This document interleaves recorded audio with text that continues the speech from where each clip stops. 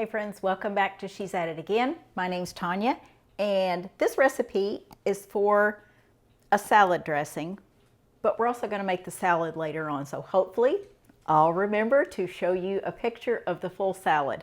The dressing is called poppy curry dressing, and it's so simple. It has no processed sugar in it. It has no dairy. It has no nuts. It has no gluten.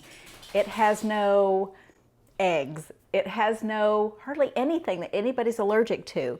We're looking at 5 ingredients, one of them being the poppy seeds. And if you needed to leave those out, if you have something that doesn't agree with poppy seeds or that poppy seeds don't agree with, then you can by all means leave those out. They really don't add flavor that I'm aware of. They don't taste like anything to me, but they just add visual appeal.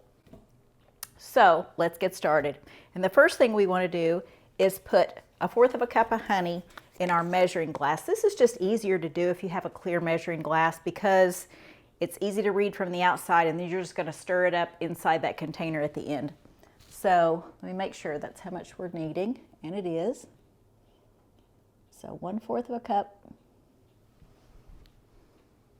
And your best honey that you can use will be something local, organic, and raw. So all 3 of those combined is ideal. This is raw, this is organic, it's not local. It's from a local Walmart, but I don't think that counts. So we have 1/4 cup of honey. To that, we are going to add 1/4 cup of cider vinegar. Now, I don't usually pour things out of this big giant jug. I put it in my other jar, but I just grabbed this one.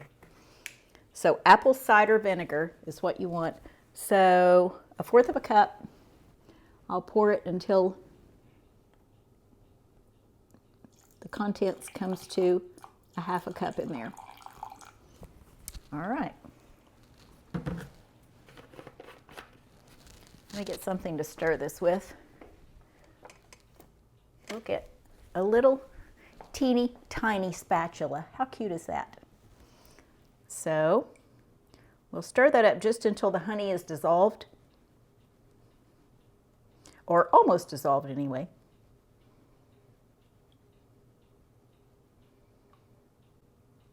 This dressing is really good on fruit salad, but today we're going to make a savory salad that has oven fried chicken on the top. Now, if that doesn't capture your attention, I don't know what does. And for a Southern girl, that gets me pretty pumped too, because you know Southern girls love some fried chicken. But this is something better than fried chicken. It's oven fried chicken. I don't want to heat the house up by heating up a bunch of oil or even heating up a skillet inside the house. So I have my little convection oven out in the sunroom. We're going to bake that off out there, so there's nothing that's going to heat the house up today. It's getting pretty toasty out there right now, so we're just trying to do what we can to save on both ends of that. All right, the next ingredient, we're going to add 1/2 cup of extra virgin olive oil. This is organic extra virgin olive oil. So our ingredients should come up to 1 cup.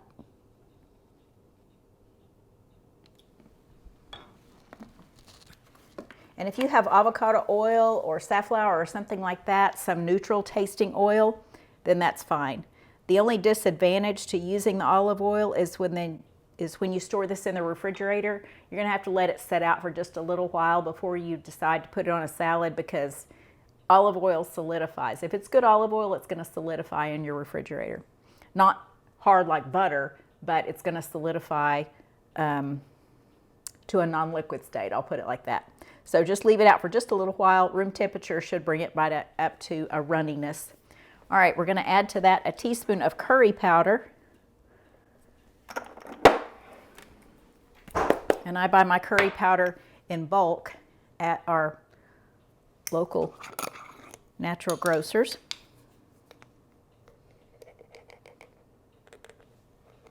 So 1 teaspoon of curry powder, and then 1 teaspoon of poppy seeds. And I just went and bought this at our local natural grocers, not natural grocers, but at Good Measure Market. And I was kind of laughing at myself just before I turned the camera on, because there's nothing except a mousetrap that makes me jump faster than these lids on these containers right here when they pop open, especially when they have little teeny tiny seeds in it. Makes me nervous wreck. So I don't like mouse traps, and I don't like these little clamshell containers like this. So just 1 teaspoon of poppy seeds, and again, if you don't want the poppy seeds in there, leave them out. You need the curry powder, don't leave it out. Curry powder adds so much flavor. I remember years ago I would take a salad to work with me, and I would go back in the stock room at a store that I was working at. It was just a retail store that a friend of mine owned. And people would come back there one at a time and kind of do the sniffing thing and go, "What are you eating?" And I'd say, "I'm just eating a salad." And they said, "Oh, I thought you brought in like Thai food or something, or something very exotic." But to me, it was exotic. It was a salad. I wasn't big on salad back then. Okay, now this is the extent of our salad. It's done. You don't need a mixer, a blender, food processor, nothing. It is all mixed up. And you can see what that looks like right there. And I wish you could smell it, because it really does smell delightful. Okay, so I'm going to set this aside. You don't need to refrigerate it for right now, but we're going to pour this up in a different container as well. I'm going to turn the cameras off, then I'm going to get everything set up for our salads. I'm going to do my chopping and stuff. I'll video segments of that, and then later on in the afternoon. Right now it's a little bit after 2 o'clock, but I'll start getting my ingredients ready to make my oven fried chicken. I'll take you through that process, and then we'll have some salad later on. So stick with us.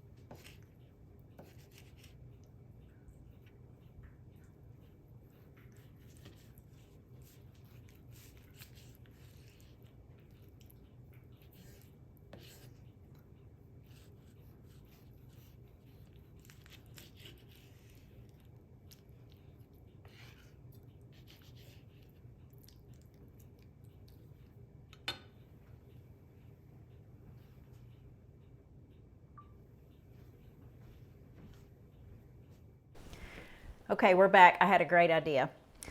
I'm going to make the chicken part of this, the oven fried chicken, I should say. Actually, it's called butter chicken in my recipe. But I'm going to make this, and I'm going to bread it. I'm going to put it in the refrigerator, and then at the last minute, I can cook it in the oven. So that makes more sense to me, because I'm all about doing everything ahead of time. That way you don't have to do everything at the last minute and risk missing something. All right, so here's what our steps are.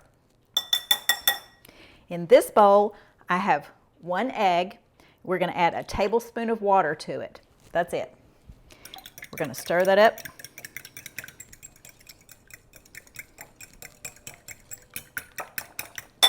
I'm not sure why I got this out. I'm sure I had a good reason for it, but I don't remember what it was right now, unless it was just to stir that mixture up. Okay, I'm going to be up front with y'all. This is a recipe of mine. It's called butter chicken mix, and I actually sell this. It's a secret recipe. I don't give the recipe out. All that being said, all you have to do is use your favorite spices in something. You can contact me with my mailing address. It's in the description of the video, and I can send this to you if you'd like to buy some. You can contact me for more information about it, but all that being said, make it simple on yourself. Try with flour, salt, pepper, whatever spices you want. If you want it really spicy, add cayenne to it. If you don't want it spicy, add things like paprika and turmeric, things like that. Mix it up a little bit. Add what you want in it. Now, be wise in that. Don't add accent, which is monosodium glutamate. That's all it is. If you've ever seen that little bottle of accent, go look in your pantry. If you see some accent in there, you got to wonder, what was I thinking? Well, what you were probably thinking is you didn't know what it was. You just read flavor enhancer, And people read that and think, oh, I need some flavor enhance. That's a great idea. And you put it on your stuff. You don't realize that is monosodium glutamate right there. It's the source of a lot of headaches and some health issues that just kind of go under the radar. People don't really talk a lot about it because they don't really nail it down to that. But I'm here to tell you, nobody needs it in their food. So all that, let's just move ahead. So with your flour mixture, you're going to have about a cup of flour, add salt, pepper, paprika, cayenne, whatever you want to it in your mixture, and then that's going to be your breading. So what we're going to do is with our chicken, you saw that I cut this in tiny strips. We want as much surface area as we can get, and what that means is cutting it in thin strips. So you don't want big chunks of it. You don't have as much surface area as you do as you would if you cut it in smaller strips. So these are small thin strips. So we're going to run it through the flour mixture. This, I call it my butter chicken mixture. Just dredge it in that to where it gets, looks like a little old lady's face, nicely powdered. And then put it in your egg and water mixture. This goes kind of slow because you really do need to do them one at a time. Then put it back in the butter chicken mixture. And I have my pan set aside here. This is just a plastic, it's like a cake container or something to take cookies or something to a potluck, that's what I call it. And then I have it lined with wax paper just so it won't make such a mess. So we'll take this out. Try not to touch it any more than you have to because it just knocks the breading off. I need one of those little pigtail things. I need to search for one of those. I keep seeing people use them and think, oh, that's a great idea. And then when I go to the store, I don't look for them, or I forget what I'm looking for when I go online. Something about turning the computer on gives me memory lapse, and I'm not sure what that's called. I'm sure there's a name for it. All right, again, just dip this in the dry mix. Just remember when you're adding your spices to your mix to flavor it, you can always add more salt or more pepper, but you can't add less. You can kind of lessen the effects of it if you get too much salt in there by just adding more flour to it, making more mix, but be on the cautious side. I would tend to go heavier on things like garlic or some kind of flavor like that, or sage or something, if you like that sage flavor with chicken, which I think is really good, than I would salt or pepper. A lot of people can unfortunately stand the taste of too much salt more than they can too much pepper, especially if someone's really sensitive to it. We have friends that all I have to do is just wave the pepper shaker over the food and they're both going, oh, it's so hot, it's so spicy. So we all laugh about that. Okay, I'm not going to bore you with watching every single piece of chicken go in here, but what I'm going to do is just get all these breaded. I'm going to line them up in there and put them in the refrigerator, and then when we get ready to bake these in the oven, I'll show you how that's done, because there's kind of a special trick to it to get it crisped up. Now this butter chicken, this is not a commercial, so don't think I'm trying to sell this stuff, but this mixture tastes a lot like Colonel Sanders might have made it himself, but this doesn't contain any monosodium glutamate or any artificial flavors or anything like that. This is just spices, salt, pepper, things like that. But it is really good, I will say that. And I've sold it for a fundraiser before, and people still buy it from me, which I think is kind of exciting to have something like that that people really like and is good for them.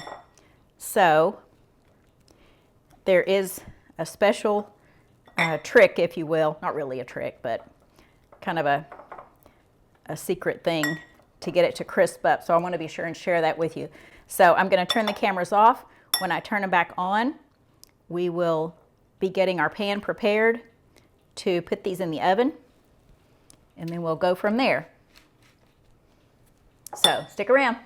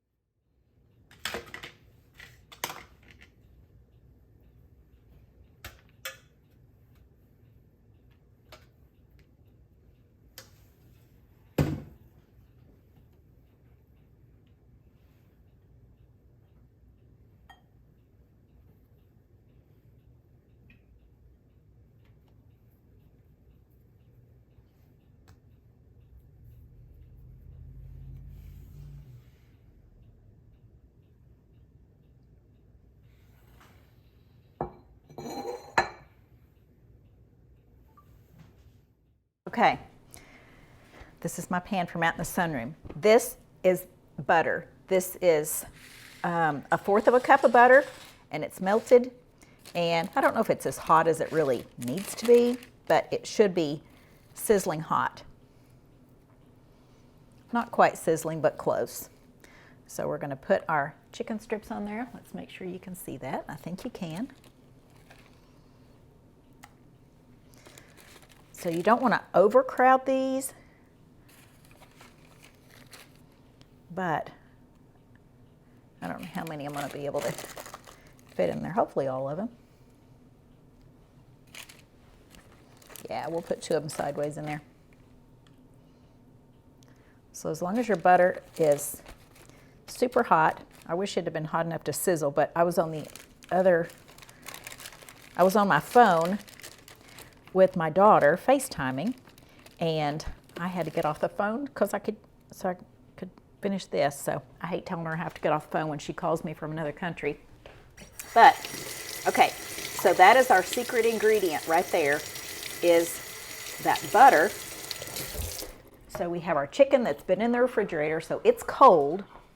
Now, I wish I had a way to carry this out there and carry the phone, but I don't. So I'm going to turn the camera off, and then I will video this coming out of the oven. We're going to put this in there for about 25 minutes, and we'll see at that time what it looks like. But the butter is going to be absorbed into the breading around it, and it will look like fried chicken in this pan. So I'm excited for you to see that. So stay tuned. Okay, I didn't want to leave anything out, so while the chicken is cooking right now, I wanted you to be able to see the other ingredient we're adding now. If you're dairy-free, do not freak out and say, I can't put cheese in it. Just don't put the cheese in it. But this is basically whatever you have in your refrigerator or in your fresh produce repertoire, throw it in there. If it's something you like, if you like cucumbers, put them in there. I'm not a fan of cucumbers, I know. I'm just not. I'm not a fan of cucumbers, I'm not a fan of celery, but I use them in other things and they're fine. But just by themselves, I'm just not a fan. But if you love cucumbers, put them in there. They'd be so pretty in that. My husband's gonna walk in, I know Zoe. My husband's gonna walk in and the first thing he's gonna do is grab his avocado and he's gonna cut it up and put it in there too. And that's fine. So I'm not a lover of avocados. They have been known to make me sick, and it's just not worth it for me. But we keep avocados here all the time. So you could put boiled eggs in this, and it would be absolutely fabulous. I'm just not putting them in there because I thought I was going to catch a nap this afternoon, but my phone kept ringing and other things happening, so I didn't get to take a nap. Or else I would have been here cooking some eggs. But there's plenty on this right now. So in here we have lettuce and carrots and some leftover pinto beans that I had cooked and drained. We have sweet peppers, tomatoes, and purple onion, and we have sharp cheddar. So for right now, the only thing we have left to put on this is the chicken. Now I'm not going to put the chicken on there while it's hot. I'm going to cut it up and let it cool a bit. And once you put it in the refrigerator, if you have leftovers, put it in the refrigerator and you just have your salad to do over again with all those leftovers. So it's going to be perfectly fine. You know me and that shower cap. We'll put that shower cap over the leftovers and we'll have this until it's all gone. We're not wasting anything. So there's our look at the fresh salad part, and then we're just going to add our chicken to it. So hang on, it'll be just a few minutes and our chicken will come out of the oven. Okay, this is what our chicken looks like. Now the white part on the top, if you want to flip the pieces over, that's fine, and it'll be, for lack of a better word, it'll be buttery, greasy all over. But if you don't want to risk tearing the breading off, then just leave it as it is. And I didn't want to risk tearing the breading off.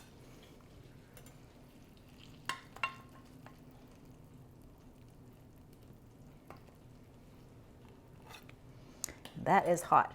So this cooked for about 25 to 30 minutes. And of course, obviously, the bigger pieces of chicken you have, the longer it has to cook. If you cook them in, if we cut each one of these in tinier strips, like cut them in cut them in half lengthwise. I'll get that out in a minute. Cut them in half lengthwise, then it would probably even take less time than that. So this is a good size. This gives us enough surface area to where our breading sticks to it. And we're just going to cut it in pieces like this.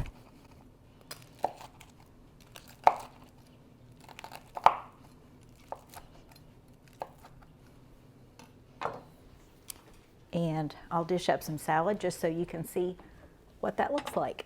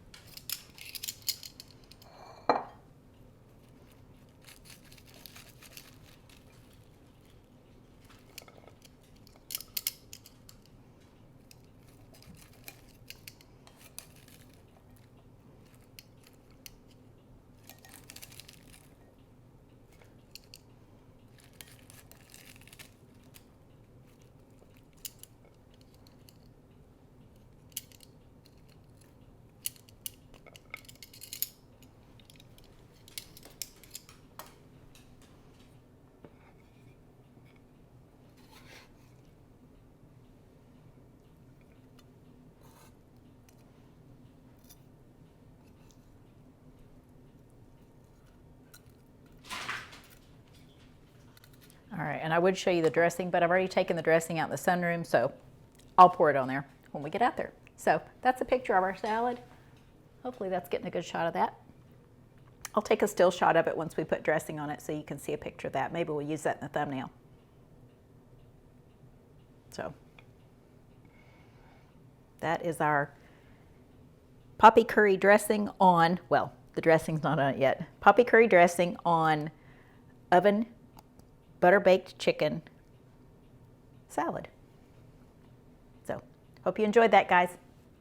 Thanks for watching.